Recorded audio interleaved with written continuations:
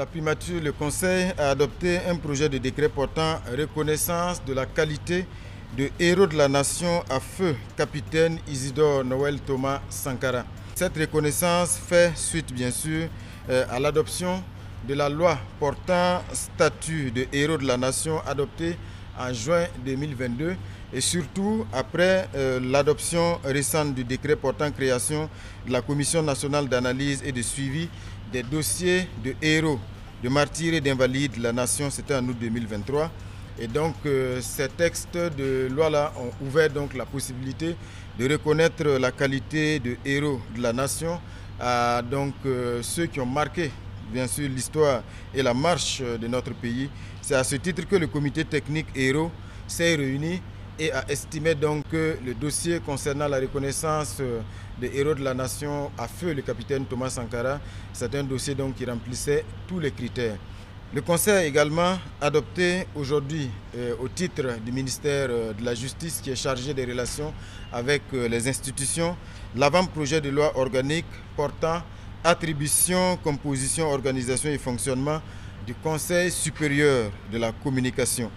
Il faut dire que l'adoption de ce texte, cet avant-projet de loi organique, est lié donc, adopté suite à l'analyse du fonctionnement du Conseil supérieur de la communication qui a donc fait entrevoir la nécessité aujourd'hui d'apporter un certain nombre de réformes à l'institution pour lui permettre un meilleur fonctionnement et surtout de meilleures capacités de régulation qui prennent en compte aussi les évolutions technologiques. C'est ainsi que dans la nouvelle loi organique, le champ de compétences du Conseil supérieur de la communication va se voir élargi. Désormais, le Conseil supérieur de la communication a donc vocation à réguler également les médias et les réseaux sociaux. C'est ainsi que à partir de 5000 abonnés, par exemple sur Facebook, tout profil pourrait donc se voir désormais appliquer les règles qui concernent la régulation des médias au Burkina Faso par le Conseil supérieur de la communication. C'est une avancée majeure. Et il y a également la question du financement même du Conseil supérieur de la communication. Ici, l'intérêt, c'est de faire en sorte que, au-delà bien sûr des sources étatiques du budget de l'État, le Conseil supérieur de la communication puisse avoir accès à d'autres sources de financement en lien avec les redevances donc, perçues par l'institution. L'autre élément majeur concernant cette réforme concerne la stabilité de l'institution. Parce que vous l'aurez remarqué, depuis pratiquement quelques années, l'institution est sujette à des crises à répétition qui plombent son fonctionnement, qui plombent aussi l'atmosphère même de travail au sein du Conseil supérieur de la communication. Cela est lié, entre autres également, aux modalités de désignation du président de l'institution. Parce que ce que vous avez remarqué, c'est qu'il y avait un double degré de désignation qui indiquait donc que le président du Conseil supérieur de la communication est élu par le collège des conseillers et ensuite nommé par décret pris par le président du Faso. Et donc désormais, pour éviter donc ces conflits et surtout de créer des atmosphères chrysogènes au sein des conseillers du Conseil supérieur de la communication, la réforme consacre désormais la nomination du président du Conseil supérieur de la communication directement par le président du Faso. Il y a d'autres innovations en lien avec la définition claire du profil des conseillers.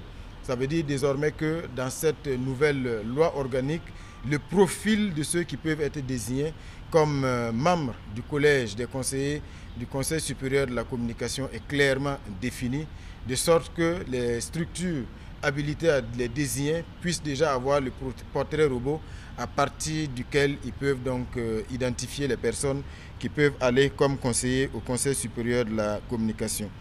Il y a également d'autres innovations. Le président du Conseil supérieur de la communication, par exemple, a désormais les prérogatives pour pouvoir saisir directement le procureur sur un certain nombre d'infractions qui pourraient donc connaître des implications au niveau pénal. Il y a également la possibilité désormais donnée au président du Conseil supérieur de la communication de pouvoir se saisir dans la diligence d'un certain nombre de situations sur le terrain, éviter certaines lourdeurs qui font aujourd'hui qu'en matière de régulation, quand bien même le président et le collège de conseillers ont la volonté, c'est assez difficile. C'est ainsi que désormais, le président du Conseil supérieur de la communication peut dans l'urgence, par exemple à titre conservatoire, prendre un certain nombre de décisions en attendant que, bien sûr, le collège des conseillers puisse instruire et éviter que le mal ne soit déjà fait avant que le collège des conseillers ne puisse donc poursuivre les instructions et pouvoir décider. Autre innovation plutôt, c'est que désormais, le Conseil supérieur de la communication peut désormais sanctionner directement un journaliste, ce qui n'est pas le cas aujourd'hui. Ça veut dire que désormais, en fonction bien sûr de la nature des infractions, le Conseil supérieur de la communication peut directement donc, prononcer par exemple la suspension à titre temporaire par exemple d'un journaliste qui aura commis une infraction en fonction bien sûr de la gravité. Tout cela c'est à la lumière aujourd'hui de ce qu'il est devenu impérieux et urgent de pouvoir donner à l'institution véritablement toutes les capacités pour jouer son rôle de régulateur.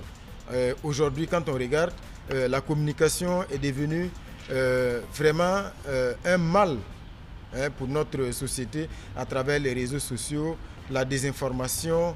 Donc tout cela mérite aujourd'hui qu'on ait une institution qui ait toutes les prérogatives pour pouvoir agir et réguler la communication, réguler les médias.